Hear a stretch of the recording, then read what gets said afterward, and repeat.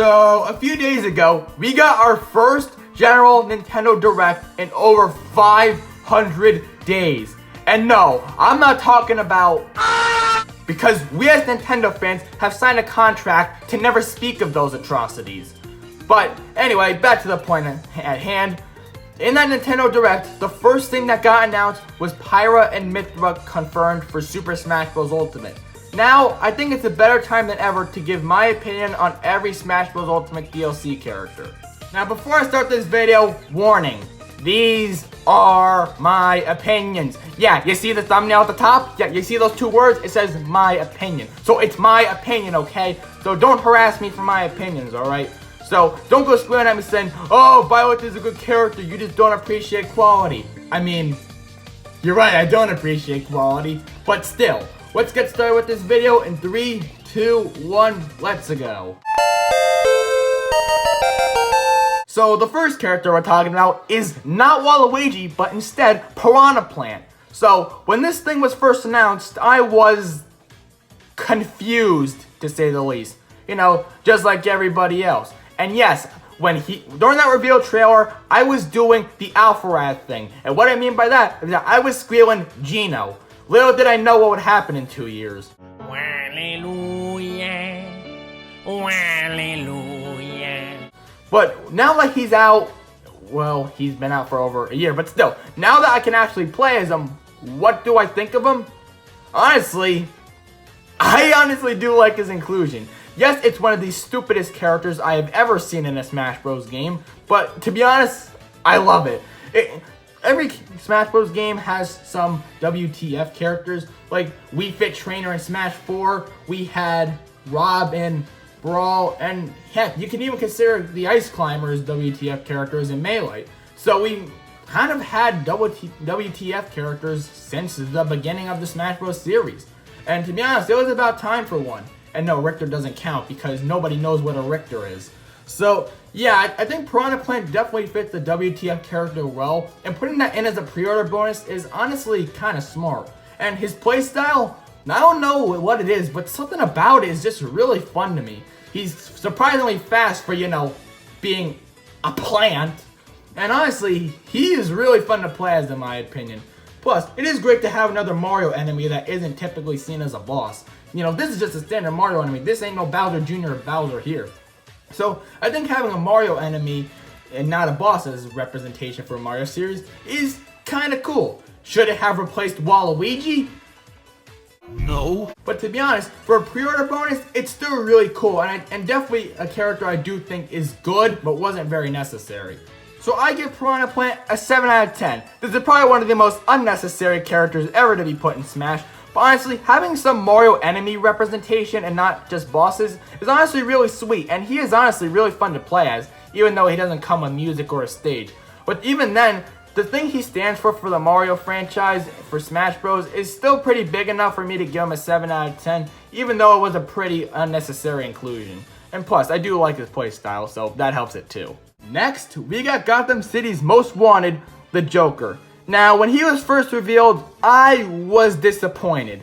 And that's because I didn't know who the Joker was. I didn't know Persona was a video game series. I didn't even know Persona 5 was a video game for that matter. So, me knowing nothing about the character, I was genuinely disappointed when he was first announced.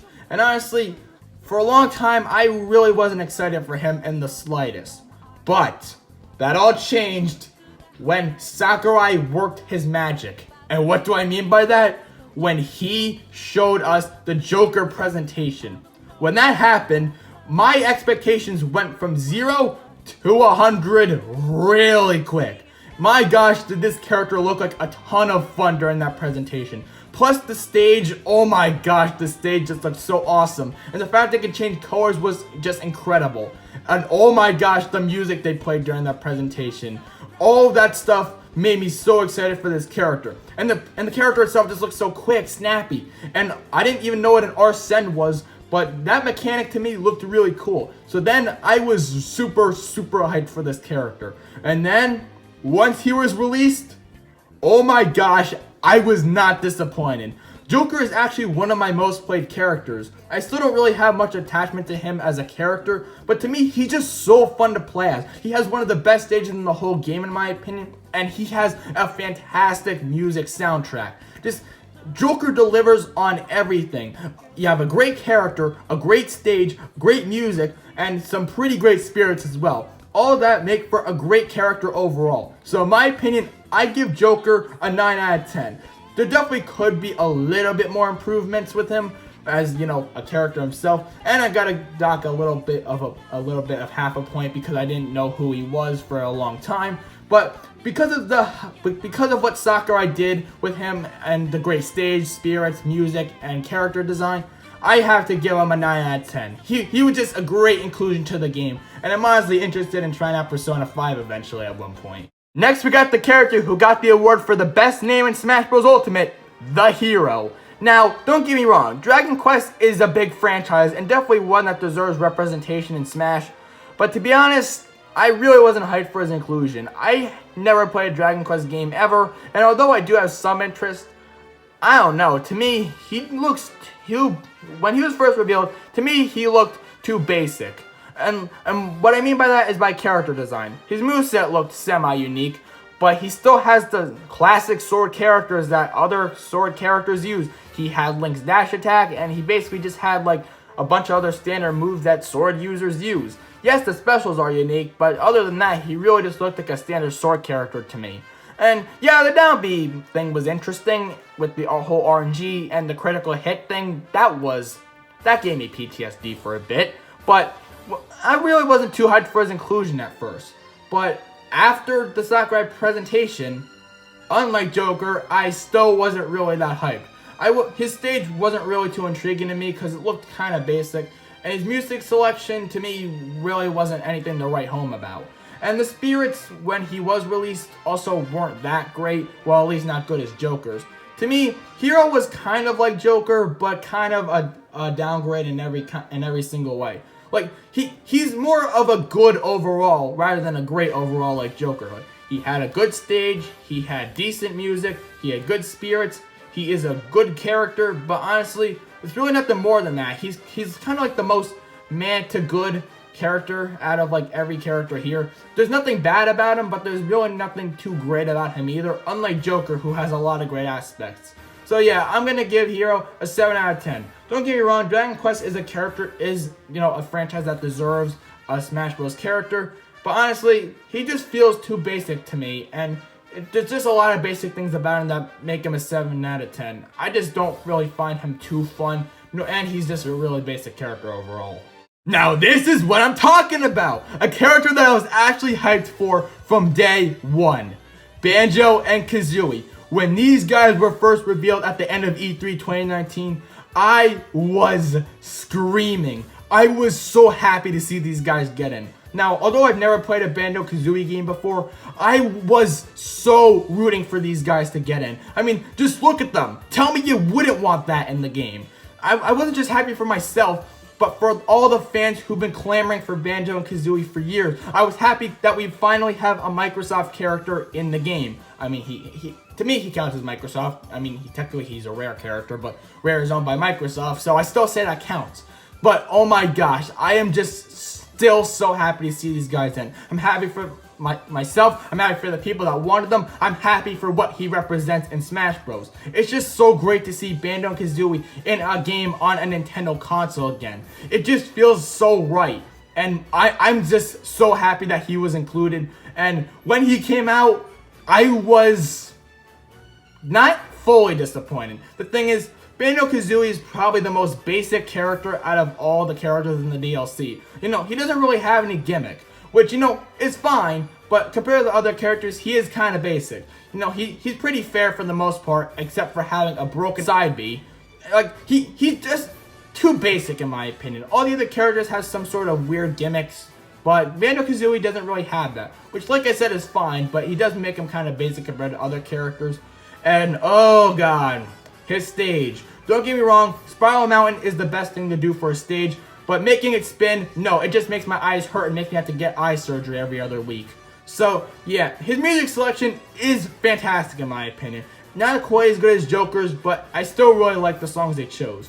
And honestly, that's really all there is to say. The Banjo-Kazooie spirits are fine, but his stage is trash, and the character himself is kind of basic. Honestly, it was a bit underwhelming, but honestly, I am still really happy with inclusion for what he represents, so I'll put him at an 8 out of 10. The stage definitely could have been a lot better, same with the spirits, but for the fact that we got one of the most fan-requested characters ever, and for what he represents in Smash Bros., I'm giving him an 8 out of 10. After the big thing of Banjo and Kazooie, Terry Bogard got announced for Smash. Now, can I just say that the trailer was great? I love the old style that they went with it being like classic pixelated. I just really love that detail. And the transition to 3D was fantastic. Probably one of my favorite reveal trailers in Smash Bros. History. But speaking away from the reveal trailer, since I'll probably do a video on that sometime soon, let's talk about the actual hype for the character, in my opinion.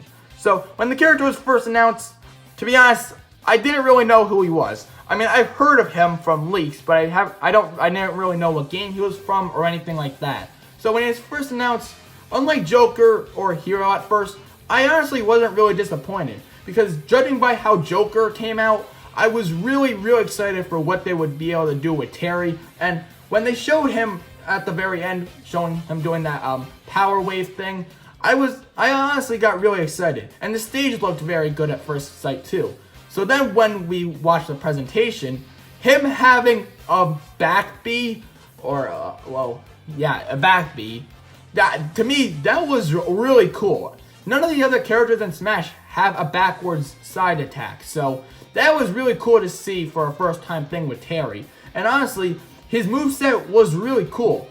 And you know, it's from a fighting game, and the thing is, Terry Bogard looked like a fighting game character, because he is. Like, what do I mean by this? Like, the way that Sakurai, made him work, just based off the presentation alone, made him feel more like a fighting game character than Ryu and Ken, if that makes sense. And plus, the stage they showed off is one of the most unique stages I have ever seen in Smash Bros. History. You have to break the barriers to KO someone. That is just such a cool idea. And that idea sounds cool, well, the execution is even better.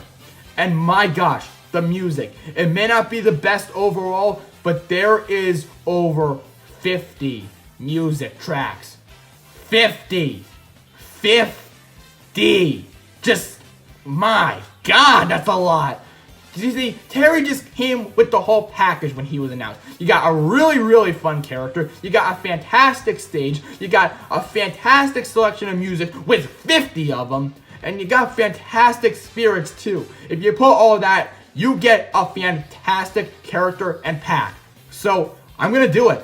I'm going to give Terry Bogard the first 10 out of 10. Because I was hyped from him since the beginning because of knowing what Sakurai has been able to do with the other characters. And he just came with the full package. Perfect spirits, perfect stage, a really fun character, and a great selection of music. So I'm giving Terry Bogard the first 10 out of 10. Next we got I can't do it. Please, someone else take over. I'm not talking about this. No, I refuse. You want me to take this one? Oh, thank God. All right, see you when he's done talking about this thing, people. Bye.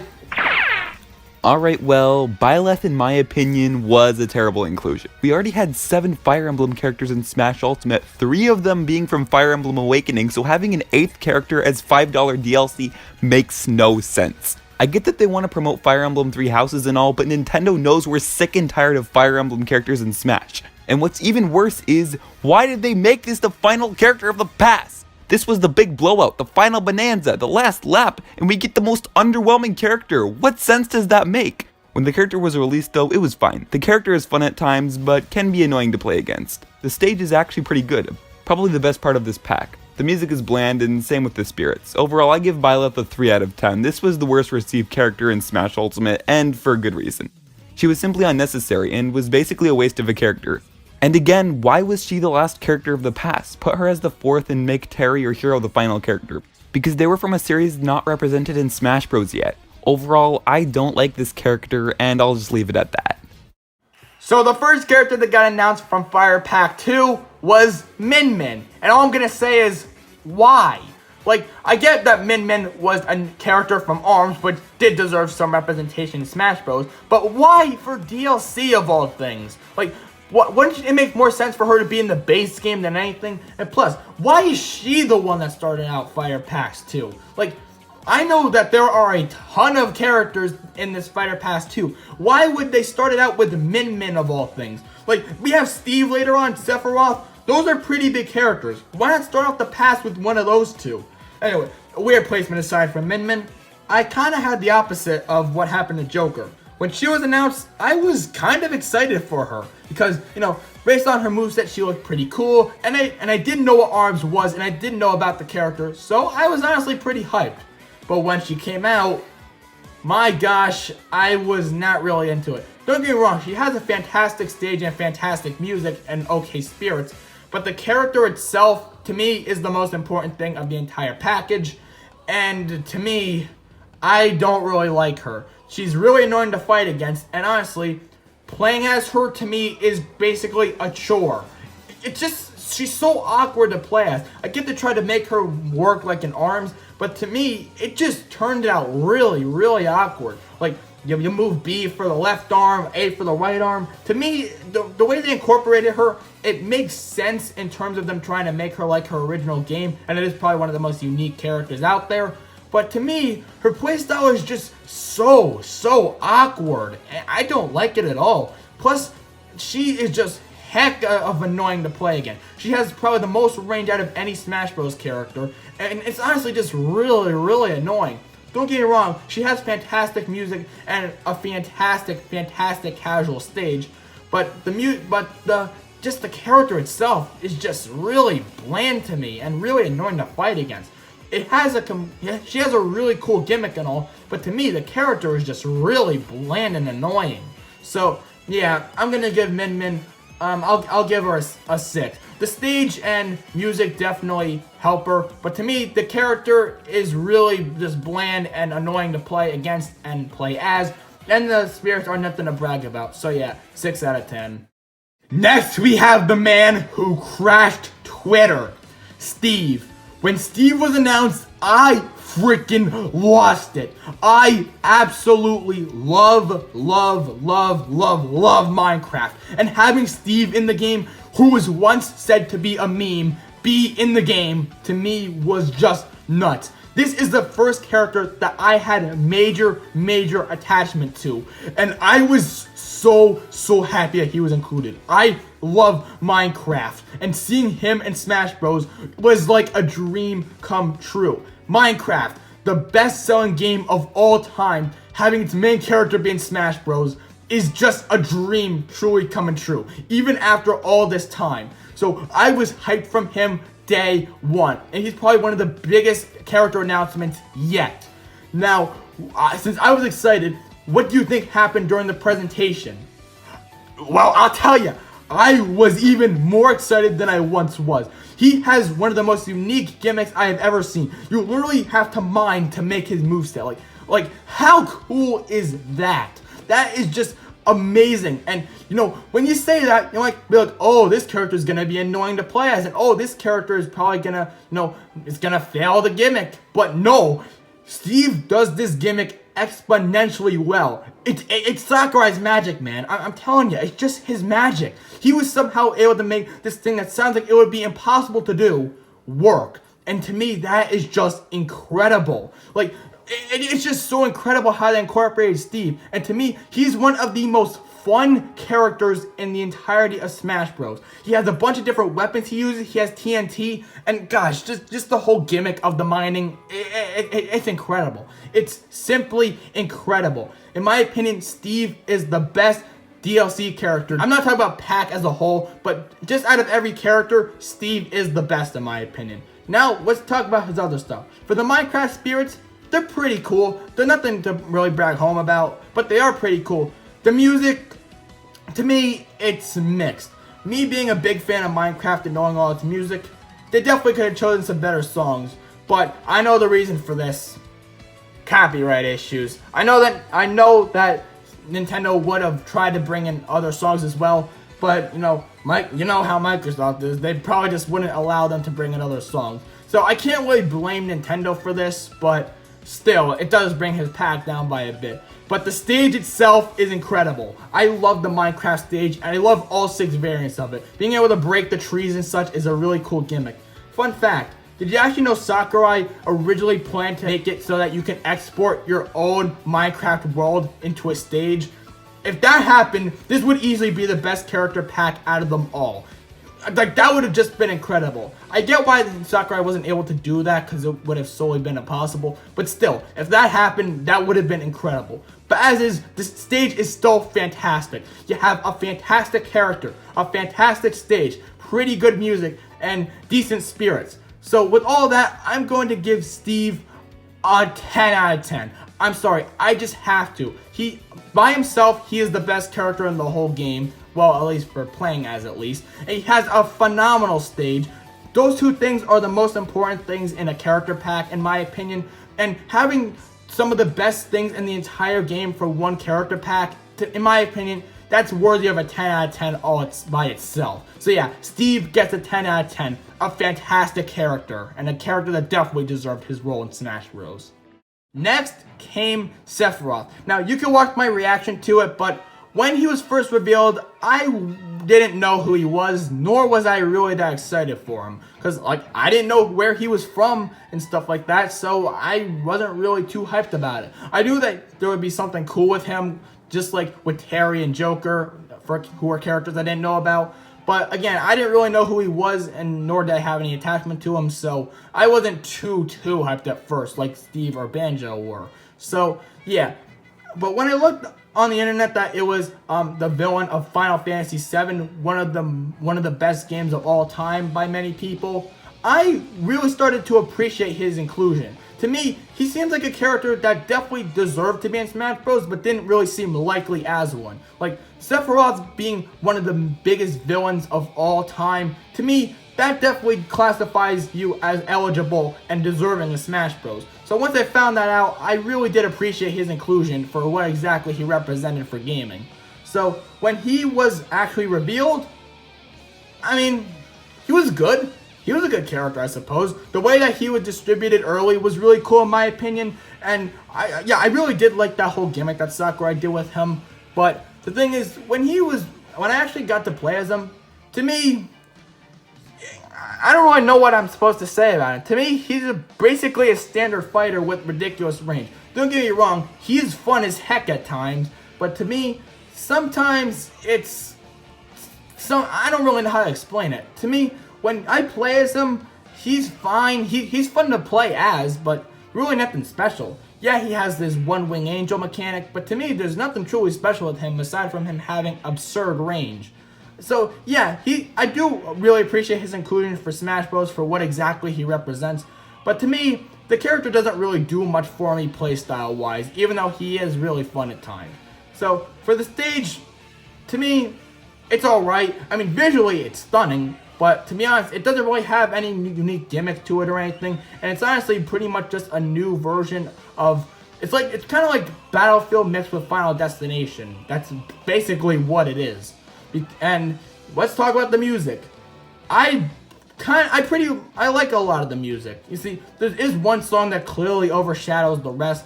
But the music overall is pretty good. And the spirits, they're good. Not really much for me to say. The spirits are just good. So if you have a meh stage, good spirits, pretty good music, and an alright character, to me, you get a 7 out of 10. I really appreciate his inclusion for Smash Bros. And what he represents. But to me, it's just an overall good character pass overall. I appreciate his inclusion, but the character pass overall is just good and nothing more than that. So I'll give him a 7 out of 10. So the latest character to be announced in Smash Bros. Ultimate is Pyra Mythra, who are an absolute sin to this game. Nintendo should be ashamed of adding them in.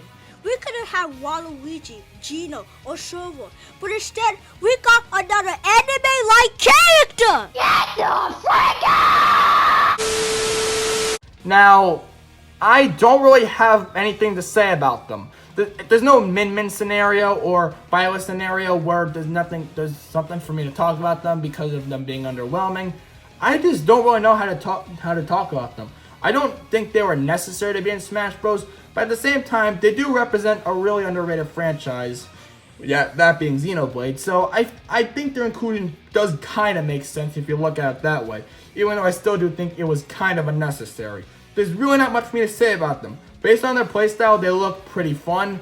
But seeing how we already had a swordsman last pass, I don't really think we needed a new one right after that.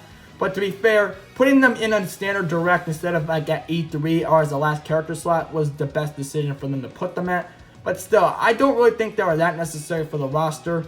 And I really can't judge them off of anything yet, seeing as they haven't released. So I'll just give them a 7 out of 10. It's a good pick, but I don't really think it was very necessary. I do think it was good that they represented more Xenoblade because that's a really underrated franchise. But I feel like this wasn't necessary as an inclusion to the roster. But overall, they do look pretty fun. And the stage looks pretty fun as well. So I'll put them at a 7 out of 10. So that's it for my opinion on every Smash Bros. Ultimate DLC character. Now, I'm going to put my ranking of all of them right here. You see the list on my screen.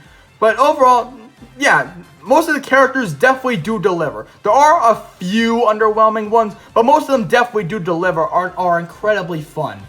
But yeah, that's really all I have to say. I do love a majority of these characters and what they represent, but some of them are a little bit underwhelming. So yeah, that's going to be it for this video. Do you agree with my opinions? Do you disagree with them? Let me know in the comment section down below. And I'll see you soon. Later.